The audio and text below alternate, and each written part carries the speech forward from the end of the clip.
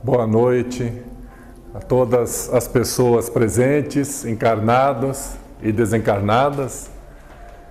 E as nossas primeiras palavras para dizer da nossa alegria, da nossa satisfação de estarmos aqui nesta casa, pela qual temos tanto apreço, tanto admiração. Agradecer aos dirigentes da casa, Sebastião Marte, pelo convite que fizeram a nós, que consideramos uma grande honra aqui estarmos. E o tema do estudo da noite de hoje é a importância de estudarmos as obras de Allan Kardec, né? Nós vamos iniciar recordando há 2000 anos na Palestina, o nosso Divino Mestre Jesus já havia transcorrido um tempo em que ele vinha realizando aquelas curas extraordinárias que eram designadas de milagres. Os seus ensinamentos já haviam transformado muitas vidas. Ele já havia realizado o Sermão do Monte, já havia viajado por várias cidades ali na Galileia, no norte da Palestina, mas principalmente na cidade de Cafarnaum, onde ele realizou a maior parte das curas e das transformações de vidas. E certo dia ele deliberou ir à cidade onde ele foi criado, em Nazaré. E ele saiu de Cafarnaum e foi com alguns dos apóstolos até Nazaré. Estando em Nazaré, era um sábado, ele foi até a sinagoga, que é o templo religioso da religião judaica, né? Ali eles se reúnem, assim como nós aqui, para estudar as escrituras da religião judaica, que é o Velho Testamento, né?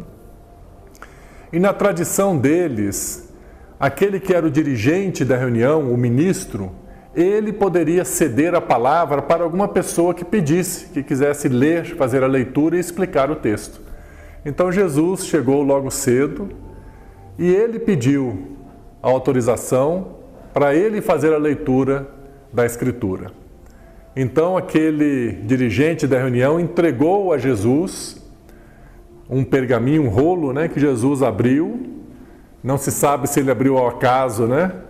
Nós acreditamos que ele abriu intencionalmente onde realmente ele queria ler, que foi no livro do profeta Isaías, no capítulo 61. E ali todos estavam atentos a ouvi-lo, aquele visitante, né? E Jesus leu o que estava escrito no livro do profeta Isaías, capítulo 61, a partir do primeiro versículo. E ele diz que o Senhor me ungiu para vir pregar a boa nova, o evangelho aos sofredores, para curar os cegos e restituir-lhes a visão, para dar vida àqueles que vivem na tristeza, para trazer esperança. E ele foi lendo tudo o que estava previsto, que foi anunciado naquele livro do profeta Isaías. E quando ele terminou de ler, ele enrolou aquele pergaminho, devolveu ao ministro, ao dirigente da reunião na sinagoga, e ele olhou para aquelas pessoas e disse: hoje se cumpriu aos vossos ouvidos essa profecia da Escritura. Ou seja, o que o profeta Isaías, há vários séculos atrás, tinha escrito, que Deus enviaria um homem ungido, ou seja, abençoado, protegido por Deus. Ele iria pregar a boa nova, o evangelho, iria fazer curas extraordinárias, restituir a visão aos cegos, curar paralíticos, trazer esperança aos desesperados. E Jesus diz que naquele dia estava se cumprindo aquela profecia, ou seja, ele estava dizendo que ele era o cumprimento daquela promessa que estava no livro de Isaías. Alguns ficaram muito admirados, impressionados, e outros começaram a questionar: mas esse daí que nos visita não é o filho do José, do carpinteiro, tem as irmãs aqui que moram? Ele é daqui da nossa cidade. E não quiseram reconhecer que Jesus era, de fato, aquele enviado de Deus aqui para a Terra. Porque ele era uma pessoa conhecida da cidade. Porque eles não haviam estudado em profundidade as Escrituras para interpretá-la de forma correta e estarem aptos a reconhecer o cumprimento daquela profecia de Isaías. Faltavam-lhe estudos, talvez tinham memorizado aquilo, mas não tinham interpretado, não estavam habilitados a reconhecer aquele que seria o enviado de Deus para cumprir aquela mensagem. E Jesus diz então para eles, nenhum profeta é reconhecido na sua própria pátria. De fato, normalmente são reconhecidos profetas de outras cidades, mas quando é do nosso grupo de convívio, da nossa cidade, nós temos mais dificuldade de aceitar, de reconhecer. E Jesus ainda acrescentou, vocês vão propor, médico, cura a ti mesmo, faz uma prova, demonstra a sua capacidade de curar os outros.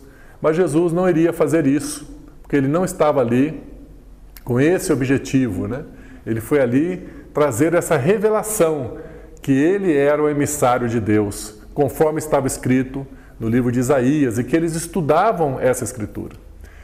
Então, essa passagem do Evangelho de Lucas, nós constatamos que assim como Jesus fez ali na cidade de Nazaré, a cidade onde ele foi criado, ele fez também na sinagoga de Cafarnaum, fez também na sinagoga de Jerusalém. Ele participava dos estudos de forma ativa. Jesus sabia tudo aquilo de memória, porque tudo que Isaías escreveu, os outros profetas, eles foram enviados pelo próprio Jesus para transmitir aqueles ensinamentos. Mas ele fazia questão de participar dos estudos, para colaborar na interpretação daqueles textos. E aqueles judeus que estavam ali tinham dificuldade, embora estavam lendo, tinham dificuldade de compreender o que estava ali escrito. Então, visto que Jesus, o nosso mestre, o nosso Messias, o nosso modelo e guia, ele também estudava, participava dos grupos de estudo, para dar o exemplo, para aqueles primeiros cristãos e para todos nós. Quanto não considerarmos a importância de nós mesmos estudarmos, imitarmos Jesus, nos reunirmos para estudarmos as Escrituras, o Evangelho de Jesus e, no nosso caso, espíritas, estudar as obras de Allan Kardec. Então, nesse sentido, vamos avaliar, analisar a importância de estudarmos as obras de Allan Kardec, inspiradas nesse exemplo que Jesus nos deu, onde ele participou de reuniões de estudos da Escritura. Então, vamos começar recorrendo ao primeiro livro da doutrina espírita, publicado por Allan Kardec no ano de 1857, que é o Livro dos Espíritos. Esse livro contém 1019 perguntas e respostas.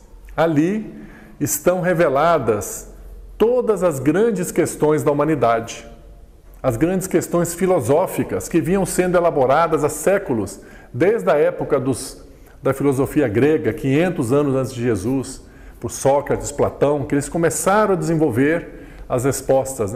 Quem nós somos? De onde nós viemos? O que acontece conosco depois da morte? Para onde vamos? Por que existem tantas desigualdades na Terra? Por que algumas pessoas vivem até 100 anos de idade ou mais e outros morrem ainda crianças? Porque uns têm uma vida aparentemente tudo fácil, parece a vida florir para ela, e para outros parece que a vida é um embate constante, desafios. São as grandes questões da humanidade. Como é o céu, como é o inferno, que é Deus? E a doutrina espírita, nesse livro de Allan Kardec, o Livro dos Espíritos, todas essas questões, as grandes questões filosóficas da humanidade estão ali respondidas, todas. Olha que maravilha! Esse livro, ele está dividido em 4 partes, o Livro dos Espíritos. A primeira parte é as causas primárias. Ali, Allan Kardec colocou várias perguntas e respostas falando da origem, a gênese, De onde nós viemos? A primeira pergunta, que é Deus? De onde nós viemos? Qual a origem dos planetas, das estrelas, do nosso corpo físico, a origem de todas as coisas? As causas primárias. Ali a primeira pergunta, que é Deus? Inteligência suprema. A causa de todas as causas primárias de tudo que existe. E nessa primeira parte do Livro dos Espíritos, na questão 27, tem uma questão muito importante. Ali os espíritos superiores, eles nos ensinam que Deus criou apenas duas coisas no universo. Só duas. Ele criou espíritos e criou matéria. Deus criou espírito, simples e ignorante, e criou a matéria. A matéria, ele criou um fluido universal, que é uma matéria tão sutil que ela é imperceptível aos nossos olhos. Mas tudo que existe de matéria no universo, os planetas, as estrelas, os nossos corpos físicos, as plantas, os animais, tudo que existe de matéria saiu, foi extraído desse fluido divino universal. E o espírito vai evoluindo, começou simples e ignorante, até chegar a uma condição de perfeição relativa e se encontrar com Deus. Então esse ensinamento, ele é extraordinário, porque ali está revelado a Trindade universal. Só existem essas três coisas: Deus, que criou tudo, criou o espírito e criou a matéria. Isso nos ajuda a compreender o universo, a simplificar a Trindade universal. Para nossos irmãos da tradição católica, nós sabemos que ali se interpreta a Santíssima Trindade, o Pai, o Filho e o Espírito Santo. Para nós espíritas, a Trindade universal é Deus, Espírito e matéria. É isso que a gente precisa compreender. Tudo que a gente vai estudar de Espiritismo é estudar o que é Deus, estudar o que é o Espírito, como é que ele evolui, o que é a matéria, como o Espírito interage com a matéria, como é que ele encarna num corpo. O Espiritismo, então, vai fazer análise dessa Trindade universal, que é a questão número 27 do Livro dos Espíritos. Isso é na primeira parte do livro. Olha que riqueza. A segunda parte do Livro dos Espíritos vai nos falar sobre o mundo dos espíritos. O que é um espírito? Como ele foi criado? Como é que ele evolui? Como é que o espírito encarna num corpo físico? Como que ele desencarna? O que acontece na hora da morte? A morte e a separação do espírito do corpo é igual para todo mundo? Eles falam, não, varia muitíssimo, depende de cada um. Como cada um viveu, vai indicar como cada um vai desencarnar, como vai ser o seu desligamento do corpo. Para uns é um momento até de prazer morrer, se desligar do corpo. Para outros tem um certo sofrimento.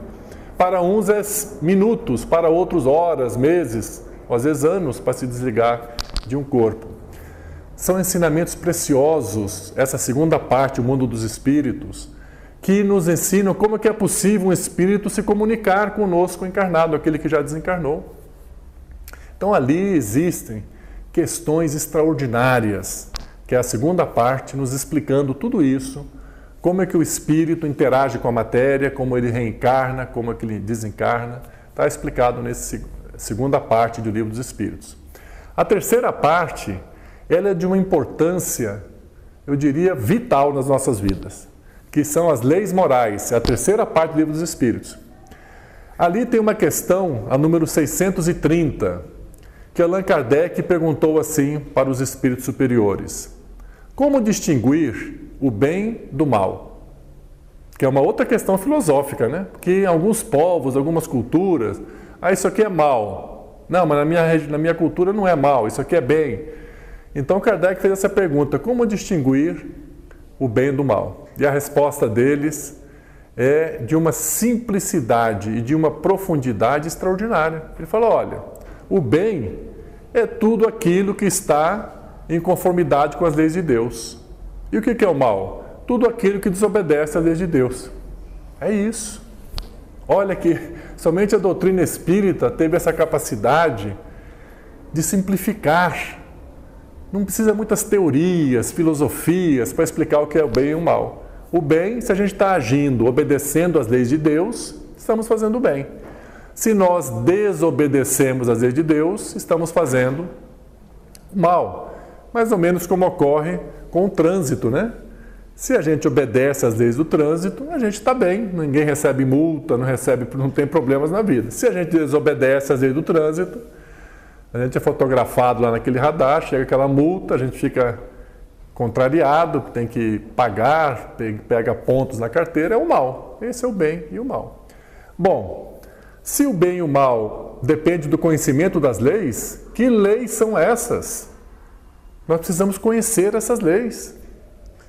E onde estão escritas e explicadas essas leis? Exatamente nessa terceira parte do Livro dos Espíritos.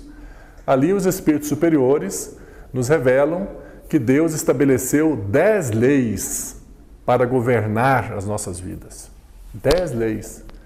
E se nós estamos desobedecendo alguma dessas leis, nós estamos praticando mal, às vezes sem ter consciência que estamos praticando mal. Por isso que nós precisamos estudar o Livro dos Espíritos, estudar essas 10 leis. E eles dizem que a 10ª lei é a mais importante delas, porque ela abrange todas as outras 9 leis. E a 10ª lei, ela tem um nome, é uma lei tríplice, a lei de justiça, amor e caridade. É a única lei que é tríplice. As outras 9 são leis simples, né, de uma só coisa.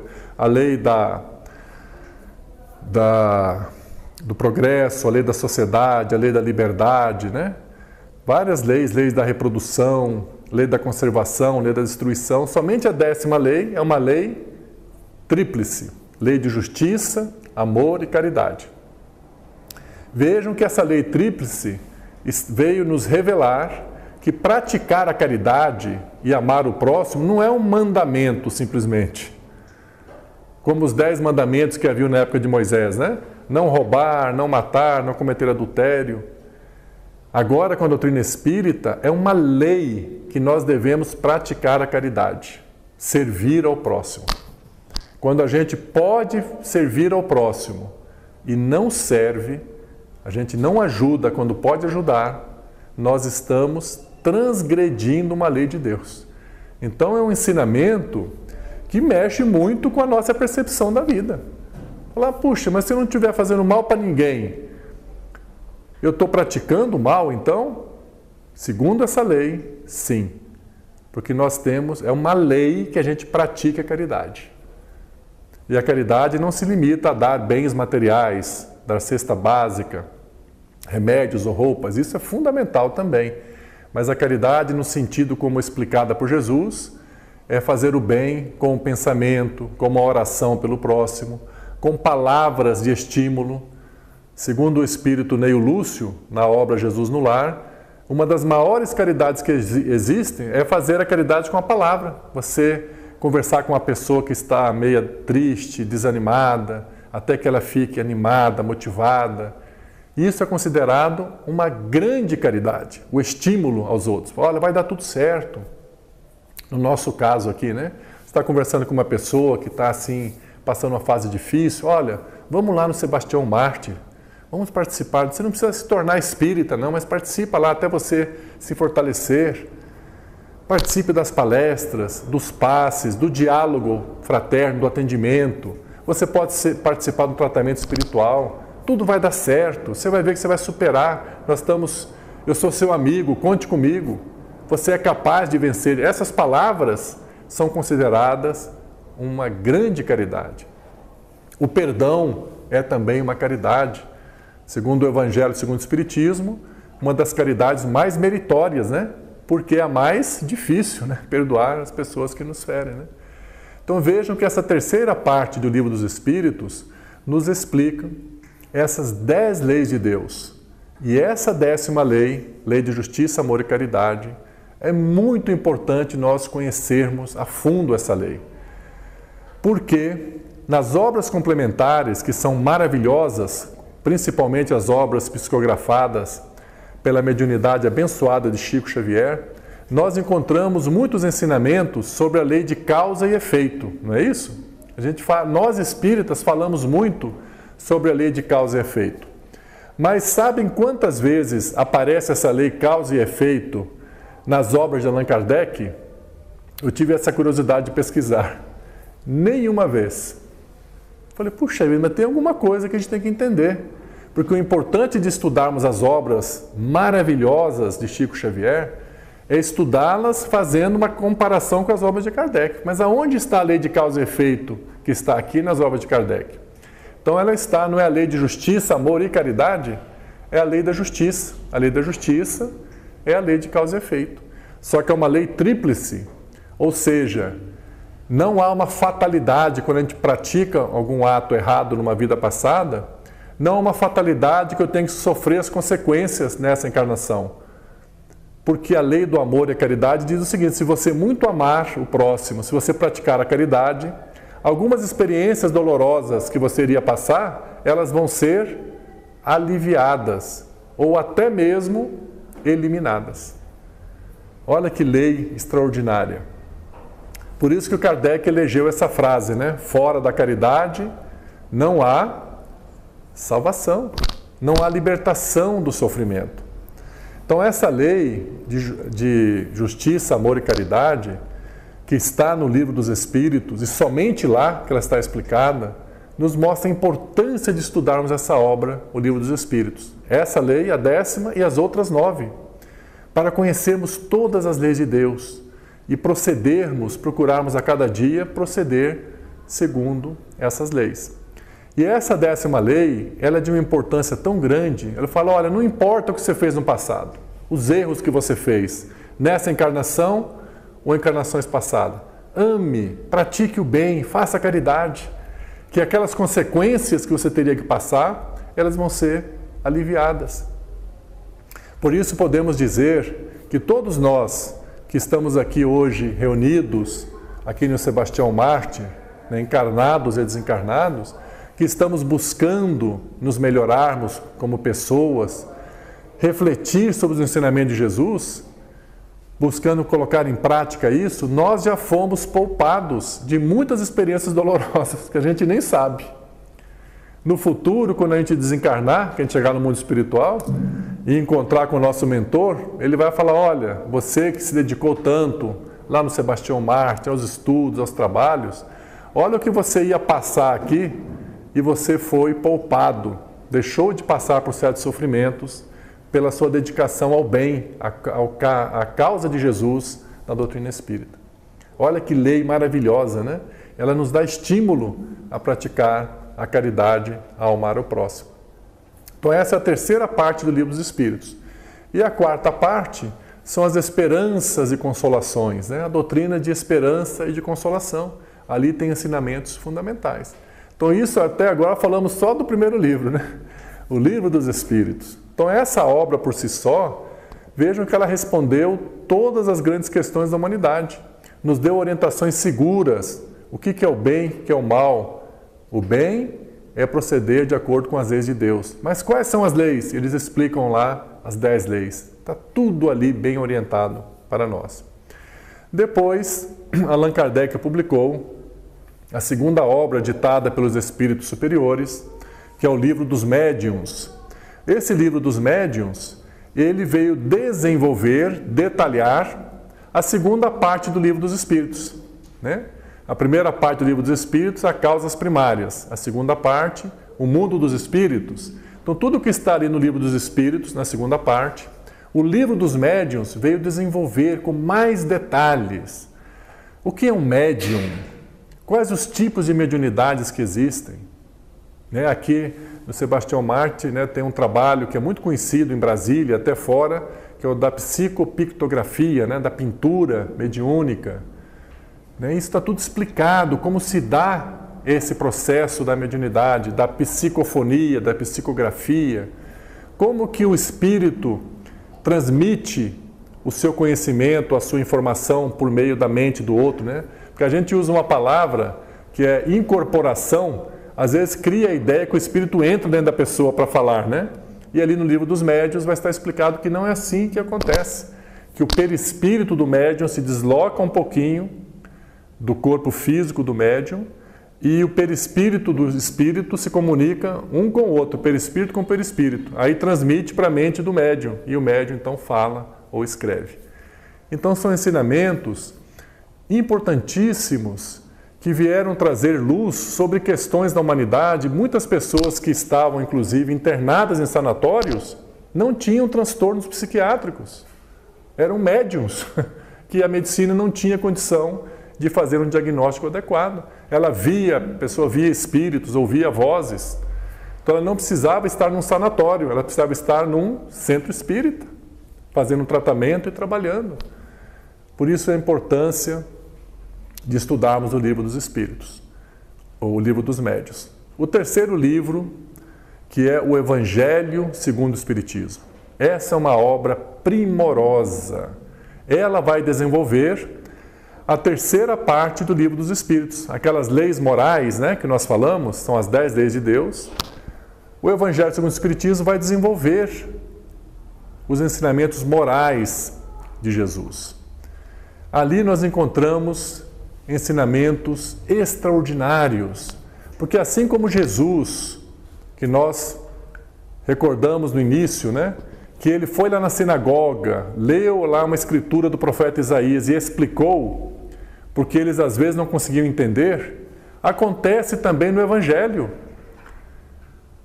A gente pega o Evangelho, vai ler lá na Bíblia mesmo, o Evangelho de Mateus, por exemplo, o Sermão do Monte, está escrito: bem-aventurados os mansos, porque herdarão a terra.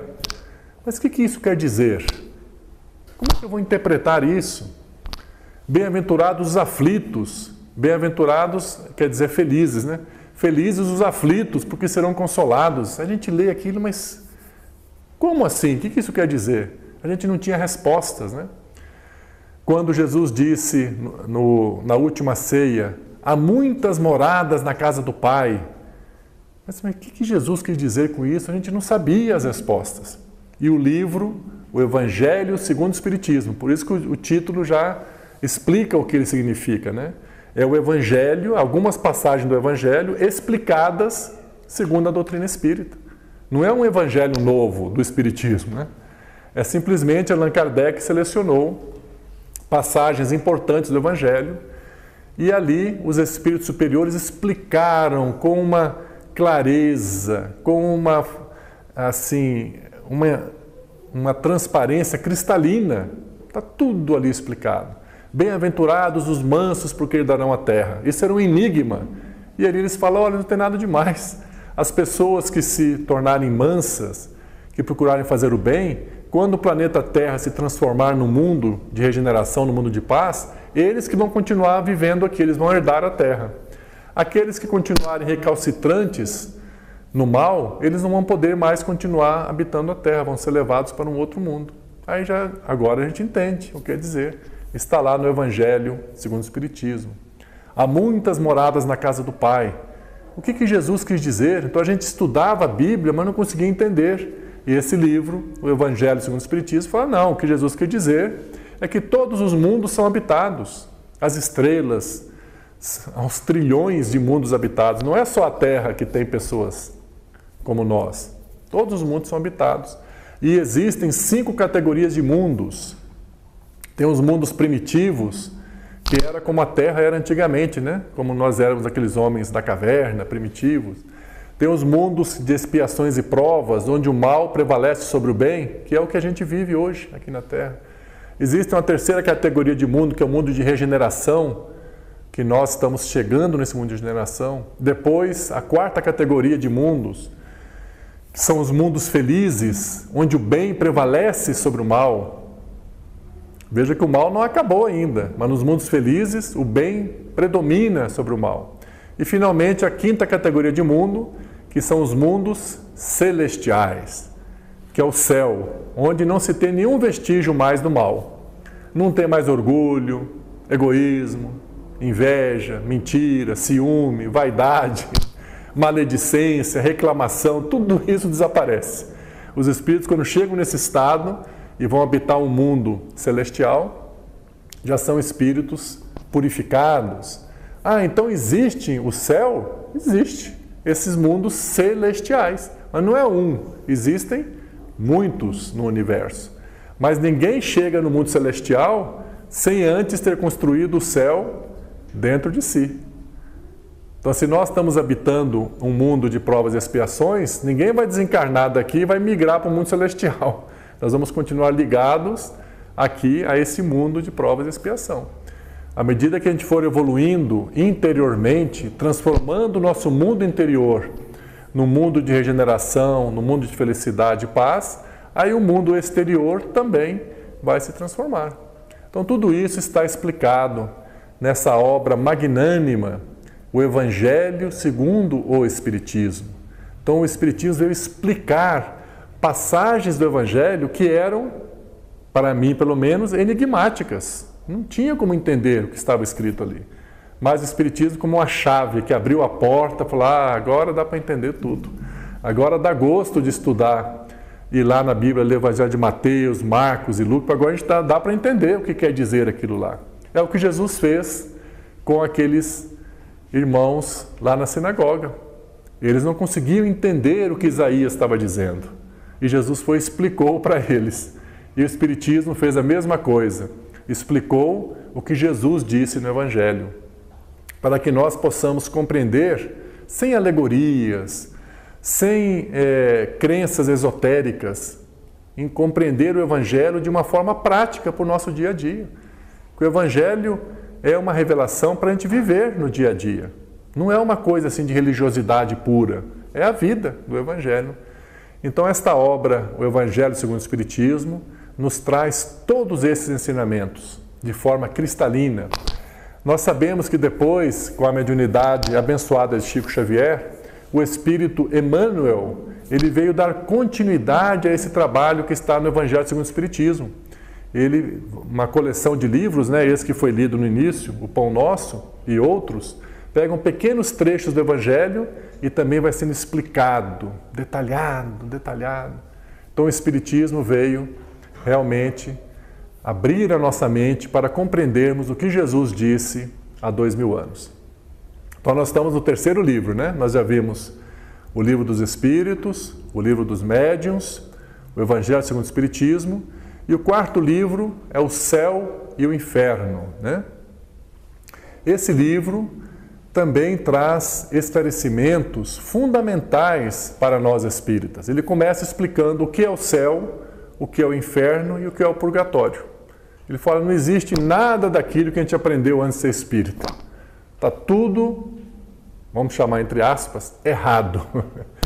Mas na época que a gente tinha esse ensinamento, estava certo, porque naquele momento da nossa vida a gente precisava visualizar um céu, que a gente fosse para lá, ficava lá descansando, ouvindo música, não fazendo nada. Era um céu que nos atendia às nossas necessidades. Então, para aquela época, estava certo. Mas hoje, com o nosso grau de evolução espiritual, essas explicações não servem mais. O inferno é um lugar que a pessoa vai, quem fez uma coisa errada e vai ficar lá. Até quando? O inferno, antes do Espiritismo. Ia ficar lá quanto tempo? Eternamente. Como é que a gente pode imaginar que Deus, que é infinitamente amoroso, vai permitir que um filho seu fique num lugar de sofrimento eternamente? Isso não serve mais para nós, esses ensinamentos que nós tínhamos antes. Mas antes eles foram úteis, foram os importantes, porque nós nos corrigimos, nós deixamos de fazer muitas coisas erradas com medo de ir para aquele inferno. Então ele foi útil, o que é um purgatório. E ali nós encontramos nessa obra o céu e o inferno, que tudo também é um estado interior nosso. O nosso estado de paz e equilíbrio é o céu que nós vamos construindo. E o estado de desequilíbrio, de revolta, é o inferno. Então, à medida que cada um de nós for ampliando dentro de si, a sua paz, o seu equilíbrio, o seu amor pelo próximo, você está construindo o céu dentro de você. E quem tem o céu dentro de si, não importa para onde ele vai, o céu está dentro dele. Ele pode ir até num lugar de sofrimento, mas ele continua dentro do céu, porque o céu está dentro dele. E esse livro, O Céu e o Inferno, nos traz uma série de exemplos de espíritos que desencarnaram e eles contam como é que é lá no mundo espiritual e como é que foi a vida deles na Terra. Nos dão exemplos de espíritos que eram sofredores, estavam sofrendo muito lá, espíritos que foram suicidas, espíritos que estavam em condição mediana, espíritos que foram felizes, estavam felizes lá. Então esses exemplos a gente vai estudando e fala, puxa, isso aqui parece comigo até. A pessoa fala, eu na Terra eu fiz isso, fazia aquilo, hoje eu estou aqui arrependido. Eles falam muito, nesses relatos no livro O Céu e o Inferno, eles falam muito do arrependimento, do tempo perdido, do tempo que eles poderiam ter ido assistir uma palestra, poderia ter participado de um grupo de estudos, poderia ter trabalhado no lar dos velhinhos, ajudado no lar de crianças, tinha tempo, tinha condições, tinha convite para ir e nunca a gente quis ir. Fala, puxa vida, perdi oportunidades maravilhosas. Então, conhecer essa obra O Céu e o Inferno são relatos reais de pessoas que estiveram aqui como nós, encarnados, e eles contam para nós como é que foi a chegada deles no mundo espiritual, o que eles se arrependem, e eles nos dão conselhos. Aproveitem o tempo que vocês estão aí, façam todo o bem que for possível. Então essa é a obra O Céu e o Inferno. E finalmente, o quinto livro, das obras básicas de Allan Kardec, que é o livro A Gênese. Esse livro talvez não, com certeza é o livro menos estudado da doutrina espírita, porque é um livro mais científico. E ali, esse livro tem uma característica que Allan Kardec faz alguns ensaios, onde ele levanta algumas hipóteses. Não são revelações dos espíritos, como são os outros 4. Então Allan Kardec levanta algumas hipóteses sobre a origem da Terra, a origem do Sol, algumas coisas que o Livro dos Espíritos revelou, mas que não está plenamente esclarecido. Ali tem uma explicação maravilhosa sobre Deus, no capítulo 2 do livro A Gênese, dizendo que Deus está ligado, está em comunhão perfeita com todos nós, por meio do fluido divino universal.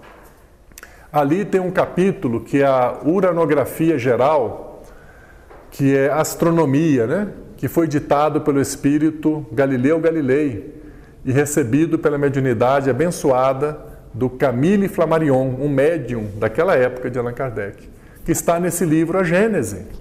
Então esse livro A Gênese é uma parte mais científica, fala da Gênese como primeira parte do Livro dos Espíritos. Tudo está ali analisado, como é que surgiu a vida na Terra, como é que surgiram os planetas. Os milagres do Evangelho, ele explica, não tem milagre, são fenômenos naturais, é o magnetismo de Jesus que curava, tudo está explicado nesse livro, A Gênese. Então é isso, meus irmãos, essas 5 obras extraordinárias publicadas por Allan Kardec, mas reveladas pelos Espíritos superiores. O Livro dos Espíritos, o Livro dos Médiuns, o Evangelho segundo o Espiritismo, O Céu e o Inferno e a Gênese. Ali nós temos um campo maravilhoso de investigação, de estudos e, portanto, para nós, não percamos a oportunidade quando os dirigentes aqui do CESOM convidarem, olha, temos um grupo aqui de estudo do Livro dos Espíritos, um grupo de estudo do Livro dos Médiuns. Não vamos perder essa oportunidade, porque essas 5 obras, elas vão transformar nossas vidas para melhor a cada momento que a gente tiver contato com elas. Então, nós agradecemos a todos pela atenção e pelo carinho e pelas boas energias que todos irradiaram e que muito contribuíram para o estudo da noite. Graças a Deus. Obrigado.